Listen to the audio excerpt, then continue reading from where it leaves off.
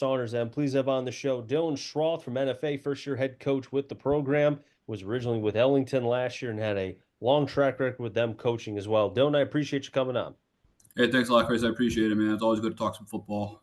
We're getting down to the wire. I mean, I was just telling you, tomorrow is going to be August 1st. Soon it'll be, we'll be, getting away from the out of season practices to actual putting on helmets and the whole nine, no conditioning. Then you put on the helmets, the pads and everything else. And then games start. And it's funny too, because I was watching College Game Day earlier today, just a couple hours ago, and they were putting up the games that are coming up. And I'm looking at the dates and I'm like, oh, good. I'm not going to have to miss any college football because the high school games don't start until that following week, right? Because it's week 0 for college Yeah, football. But I mean, I'm sure you're chomping at the bit, man. I know you're just with NFA, but I'm sure you're chomping at the bit. yeah. It's been. We knew this time of year is always really exciting, and we knew. So I got named on May 10th. So it's going to be a full sprint until Thanksgiving or hopefully later when the season ends. Um, but these summer practices definitely added an element. Like it's kind of Mhm. like we had a lot to pull together in 5 weeks from May 10th to June 17th, our first practice. And Mhm. then it's been good because my offense is new to the NFA kids, and we have a new defensive coordinator, Matt Martinez, who's installed his stuff. So they've been helpful in that respect. But it's gonna be interesting going back to like no footballs and no helmets for a couple days. But um, we'll do a reset, stuff like that, and then get ready to rock. But it's exciting, man. I can't wait to see us mix it up. Now, for somebody like you who came from Ellington, and again, this is not being disproportionate. This is just being honest, right? The numbers are not very high in general from Ellington, right? You just get enough, and that goes also too for the NBL in my neck of the woods, right? I mean, I can Sure. name you a number of schools where numbers have been extremely tough. Where at one point, a couple years ago, there was a program that had to cancel their last couple games and could only play JV because of the lack of numbers. So when you Mhm. go from Ellington to a program like NFA, where you've got a roster where you could go two, three, four deep as far as on the depth chart, that's got to be in a lot of ways like you got to be like a kid in the candy store, but also too, it's a blessing and a curse. You got to play both sides if that makes sense. Yeah, so it's the positives of that are pretty overwhelming. First, iron sharpens iron, and if you're we're a big culture program. I got that from Keith Dawkins, my mentor. If you don't have culture, you don't have anything. And so the good thing about having big numbers is if you don't buy in and do your job, the next guy is, and the next guy is, the next guy is. Certainly you want to play as many kids as possible for growth of the program and things like that. So we consider that too. But Mhm. um, numbers were a little bit down because there was a vacancy for quite a while. But we're trying to get them back up, and that's the ultimate goal is to have a program where you're 2, 3, 4, 5 deep at every position. And I better do my job. It's like the college model, right? I got to do my job or else the next guy, the kid's chomping at the bit after me. Mhm. Um, but I mean, we got to get to that point to really run in double L, in my opinion. Now, when you got hired, obviously, like you said, it's going to be a sprint even till like Thanksgiving all the way through because it's like there's really no time because, like you said, you're trying to keep kids in the program. There was a vacancy for a while. I know, obviously, NFA has a broad reach as far as from the coaching aspect and players and such who had played in the past. Sure. Were you able to get in contact with Coach Bakulis? I call him the president because he's very presidential, and I think one day he should run. I think I'd vote for. Yeah. I think a lot of people would. But the point is, he's a guy that I feel like you could reach out to for questions and just, because like I said, he was a head coach for the couple years with NFA. Were you able to do that at all? We text almost every day. Sure. We see, so it's rare you see a guy whose reputation is so universally positive as Coach Bakulis. This is before I even got the job. I was very well aware of him. Certainly now, and talking to guys on the coaching staff, he's still the phys ed department head at Norwich, so he's still very active with all the kids. The kids revere him. The other administrators, so why would I not try to tap into that, right? Why would I not try to pick his brain every time I can? I mean, that's a guy who just loves the city of Norwich and loves the Norwich kids. And, if we could have 1/10 of the success he's had, in terms of relationship building and culture, I think will be a huge success. He's a great guy. It's top notch. And he's a guy too that obviously knows. I'm sure you know the ECC a little bit. Obviously, Mm-hmm. coaching in it for a couple years. So if there's any questions that you have as far as within the conference, as far as certain teams, he's a Mm-hmm. good guy. And like you said, you're texting him every day. You're talking with him. You can kind of go to him and like, hey, Coach Neal, this and that, questions about Killingly, or go down the line to other teams. So that's a good relationship to have as far as with that aspect. You know what I mean? I took the classroom door directly across from the locker room. So, Smart. and that's where the phys ed teachers live too. So I'm sure we'll have a lot of lunch chalk talks and huddle sessions, and hopefully my new bosses aren't listening, but it's all right. So, you mentioned as well, new offense, new defense. Obviously that's going to be something that's going to take time. You Sure, know, I'm a Cowboys fan. I was just reading up less than an hour ago. I know you can feel bad for me. Terrible. I do. Yeah, I Thank do. you. Yeah. Thank you. I appreciate that. It's been a tough 31 years of my life. Haven't seen a Super Bowl. Won't We see all one. have our flaws. We all have our flaws, man. Yeah. Wouldn't be the first time I've heard that. But seriously though, they have a new defensive coordinator. Zimmer comes over. He originally was the head coach with the Vikings. They just lost one of their defensive ends, and they were thinking about bringing in a veteran who had played for Zimmer and kind of can speak the language to the guys who are trying to learn his system. So the Mhm. point that and the question I have for you is, were you able to bring anybody either staff wise, maybe if former players want to come that coached by you or for you, et cetera, can kind of help the NFA guys be able to read the terminology and hear it a lot better so it can translate through their mind. Does that make sense? Yeah, it does. The problem is the geography doesn't. It's NFA and Ellington are an hour and 10 minutes apart, and I was the only coach on our staff who lived. I lived in Glastonbury, so I was the only one on the other side of Ellington. So I wasn't. I'm still in contact with a lot of the assistant coaches. We grew really close, and we talk all the time. And I wasn't able to bring any in. Hopefully former players if they got out of college, I would love to. But our staff right now is a mix of existing staff, NFA alumni, a couple people from Westerly where I grew up, Rhode Island, and had maybe one or two more spots. So we're trying to connect from a like an cultural standpoint, guys who wore the red and white, walk the talk, or excuse me, walk the walk, talk the talk. Mhm. And then try to use these summer practices to get the X's and O's across. So, with you being a younger coach, again, I know with the older coaches, they kind of very stuck in their ways, and that again, not trying to be rude, but again, if it's worked, why change it, right? Yeah, But I've sure, seen yeah. I've seen older coaches being able to adjust and change. Obviously, you think of like Nick Saban, right? He went from ground and pound to then getting some quarterbacks who could actually throw it a little bit, right?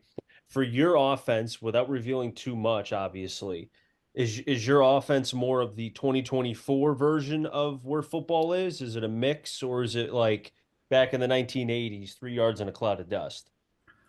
So we call it power spread. So what it is we try to run old school football out of new school looks. And what I've tried to do is build something that has answers. So if we're watching a team all week that plays man, we gotta if they come out in zone, like we can't get stuck. If we're watching a team that's comes out in a 3-4 most of the time, we prep for that, and they come out in a 4-3, we got to keep moving. So um, it's I think pretty easily adaptable. I think I am okay as a play caller of taking what's given to us and not being stubborn. Mhm.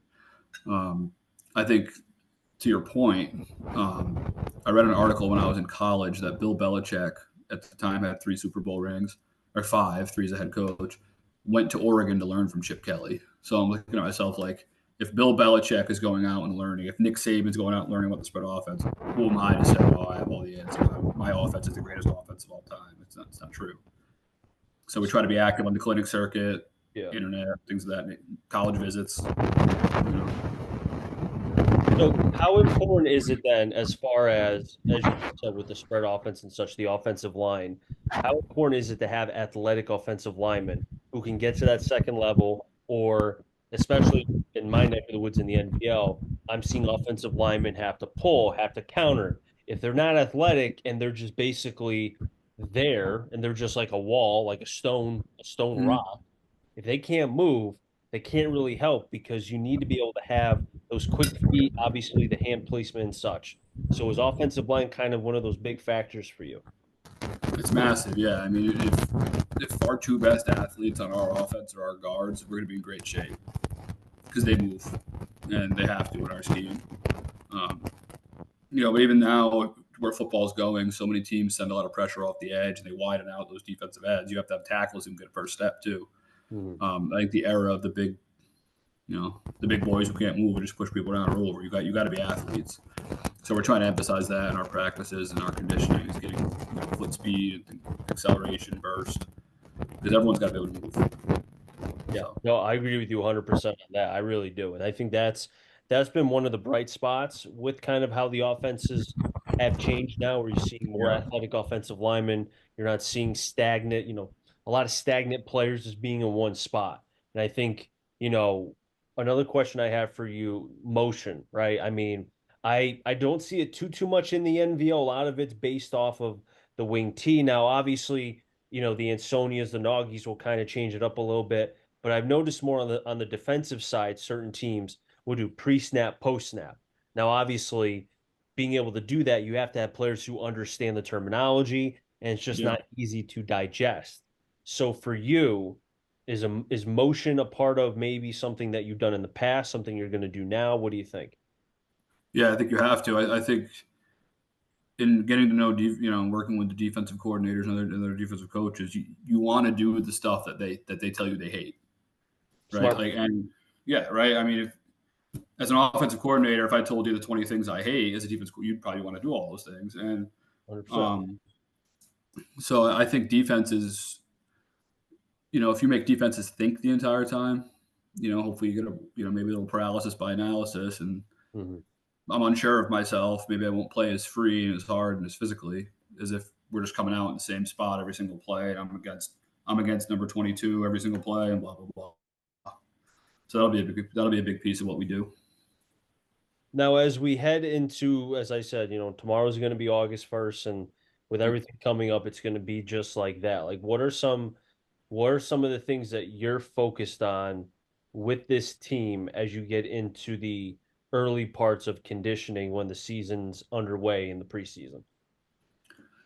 Couple things, and it's going to sound like the cliche coach answer. So sorry, all right, but the vacancy lasting as long as it did, we got to first make sure we have a rock solid culture because I'm not, we can't sit idly by as coaches and watch really great athletes not live up to their potential because we don't have the little things right. So that's a huge piece. Um, NFA really, really, really struggled in the second half last season. We have to be in shape and we have to be disciplined because you're going into halftime with a lead and then coming out and not playing well in the second half. We can't have that. We got to close. And then um, the third piece would just be making sure that we're going to Fairfield Ludlow on September 13th. They don't care that NFA has a new coach. Like they don't care that we have to learn a scheme. They don't care that it will only have been 4 months. Like we have to. It's nobody's fault. We just Mhm. have to be ready. So, we've been grinding all summer. We're going to continue to do so in August, just to make sure that we try to bridge that gap. So, culture, getting in shape, and then being as prepared schematically as we possibly could be. Um, just we got to be able to match wits with some of these. Our alliance schedule is difficult.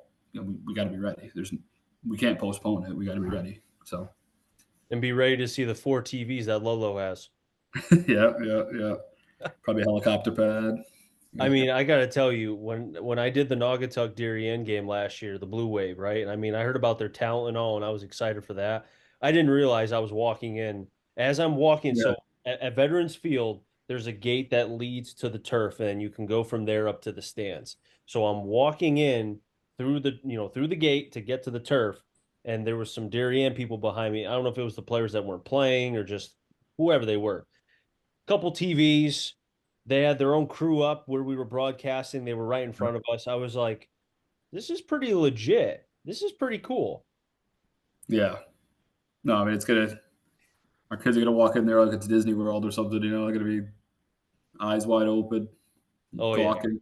Oh Yeah. yeah. 100%. They 100%. got still 100 yards by 53 to third, man. You just got to play. Oh yeah, couldn't agree with you more, Coach. I really appreciate you coming on. Before I let you go, um, being in Double L, right? I mean, obviously, it's one of those things where, and again, this is kind of projecting. The goal is to make the playoffs, win a title, right? And it's been Sure. some years since NFA has had consistency as far as being able to do that, let alone get above 500.